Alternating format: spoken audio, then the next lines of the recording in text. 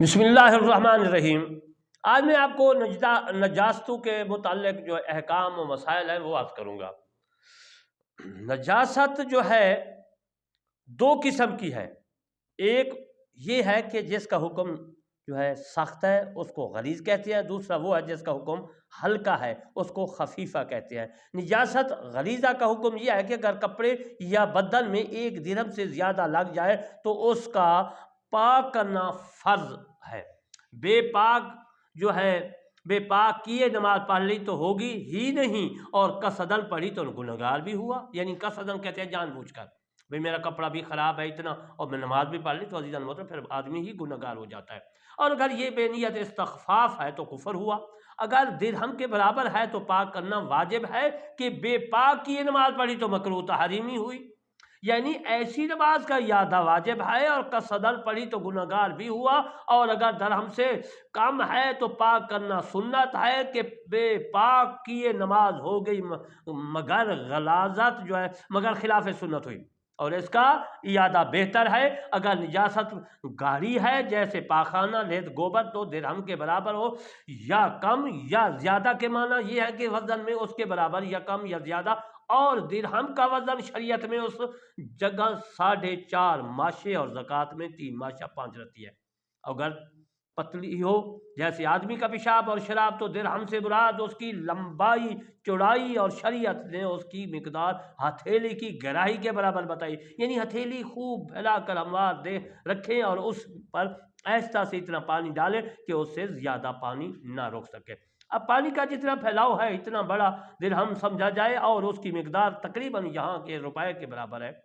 نجس تیل کپڑے پر گرا اور اس وقت درہم کے برابر نہ تھا، پھر پھیل کر درہم کے برابر ہو گیا تو اس میں علماء کو بہت اختلاف ہے، اور راحت یہ ہے کہ اب پاک کرنا واجب ہو گیا۔ نجاست خفیفہ کا یہ حکم ہے۔ اب میں پہلے تو نجاست جو ہے غلیظہ کے متعلق مسائلات کی، اب میں دوستو آپ کو غلاظت خفیفہ یعنی ہلکی جو ہے غلاظت اس کے متعلق مسائلات کرتا ہوں۔ ان مسائل کو آپ نے خوب یاد رکھنا ہے۔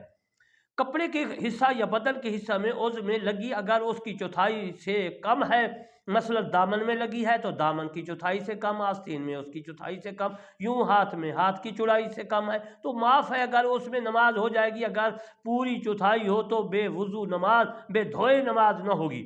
نجاست خفیفہ اور غلیظہ کے جو الگ الگ حکم میں نے عرض کیے آپ کی خدمت میں، یہ اسی وقت ہے کہ بدن یا کپڑے میں لگے، اور اگر کسی پتلی چیز جیسے پانی یا سرکہ میں گرے تو چاہے غلیظہ ہو یا خفیفہ، کل پانی ناپاک ہو جائے گا، کل ناپاک ہو جائے گی، اگرچہ ایک قطرہ گرے، جب تک کہ وہ پتلی چیز حد کثرت پر یعنی 10 درہم، یعنی اس طرح سمجھو کہ 10 ہاتھ مربع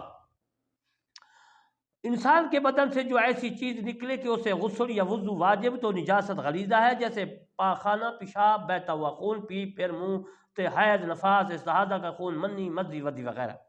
شہید فقیر کا خون جب تک اس کے بدن سے جدا نہ ہو پاک ہے، اس مسئلے کو یاد رکھنا ہے۔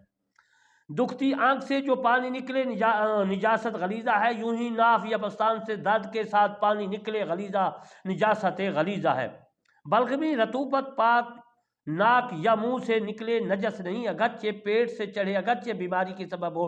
دودھ پیتے لڑکی اور لڑکی کا پیشاب نجاست غلیظہ ہے۔ جو اکثر عوام میں مشہور ہے کہ دودھ پیتے بچوں کا پیشاب جی پاک ہے، یہ محض غلط ہے۔ شیرخوار بچے نے دودھ ڈال دیا، اگر منہ بھر کے آیا ہے دودھ نکلا ہے تو پھر تو غلیظہ ہے۔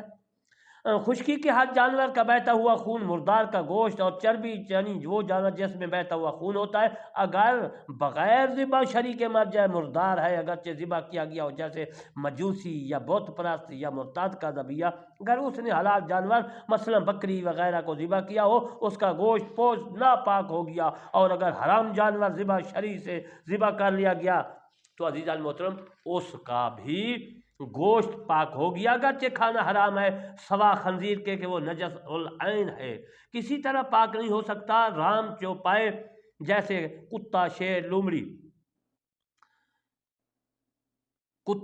لومڑی، بلی، چوہا، گدھا، خچر یا ہاتھی، سور کا پاخانہ، پیشاب اور گھوڑے کی لیت اور ہر حال چوپایا کا جو ہے پاخانہ جیسے گائے بھینس کا گوبر اور بکری اونٹ کی مینگنی اور جو پرند کے اونچا نہ اڑے اس کی بیٹ مرغی اور بطخ چھوٹی خواہ ہو بڑی ہو، اور ہر قسم کی شراب اور نشہ لانے والی آڑی تاڑی اور سندھی اور سانپ کا پاخانہ، اور اس کے بعد پیشاب اور اس جنگلی سانپ اور میٹھا گوشت جن میں بہتا ہوا خون ہوتا ہے اگرچہ ذبح کیے گئے ہو نجس ہے، یوں ہی ان کی کھال اگرچہ پکائی گئی ہو یعنی بنائی گئی ہو، اور اس کا جو ہے اور سور کا گوشت اور ہڈی اور بال اگرچہ ذبح کیا گیا ہو، یہ سب نجاست غلیظہ میں شمار ہے۔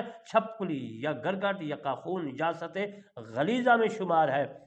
انگور کا شیرہ کپڑے پر پڑا اگرچہ کئی دن گزر جائیں کپڑا پاک ہے۔ ہاتھی کی سونڈ کی رطوبت اور شیر کے چیتے اور دوسرے درندے چپائیوں کا لعاب نجاست غلیظہ میں شمار ہے۔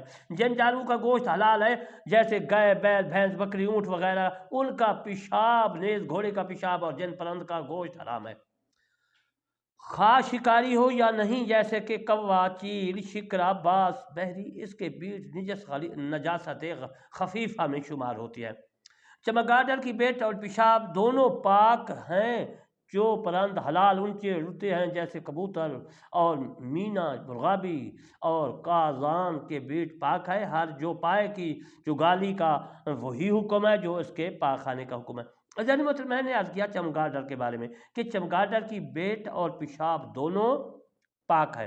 یعنی مطلب اور میں نے خنزیر کے متعلق عرض کیا کہ خنزیر کو اگر ذبح بھی کر دیا جائے تو پھر بھی حرام ہے، اور اگر اس کا گوشت بنا لیا جائے حرام ہے، یعنی کہ یہ جانوری خنزیر حرام ہے۔ پھر ایسے ہوتے ہیں کہ عزیزان محترم جب مار دیتے ہیں ان کو یا گولی مار دی یا جس طرح مر گیا تو مسلمان کیا، مسلمانوں کے بارے میں ہندو تو ہیں، ہندو سکھ ہیں تو ہندو، اور باقی مسلمانوں کا بھی یہ میں نے دیکھا ہے جاہلیت مسلمان، جاہل مسلمان، ان پڑھ مسلمان جن کو قرآن اور حدیث کا پتہ نہیں ہے، وہ ان کی ہڈیاں ان کا گوشت وغیرہ گھروں میں رکھتے ہیں، ان کی ہڈیاں پہنتے ہیں۔ خدا را جو ہے ایسے شرک سے باز رہیں، ایسے گناہ سے باز رہیں۔ جس کے گلے میں سور کی ہڈی ہوگی تو نماز نہیں ہوگی، جس کے گھر میں ہڈی ہوگی عزیزان محترم رحمت کا فرشتہ نہیں آئے گا۔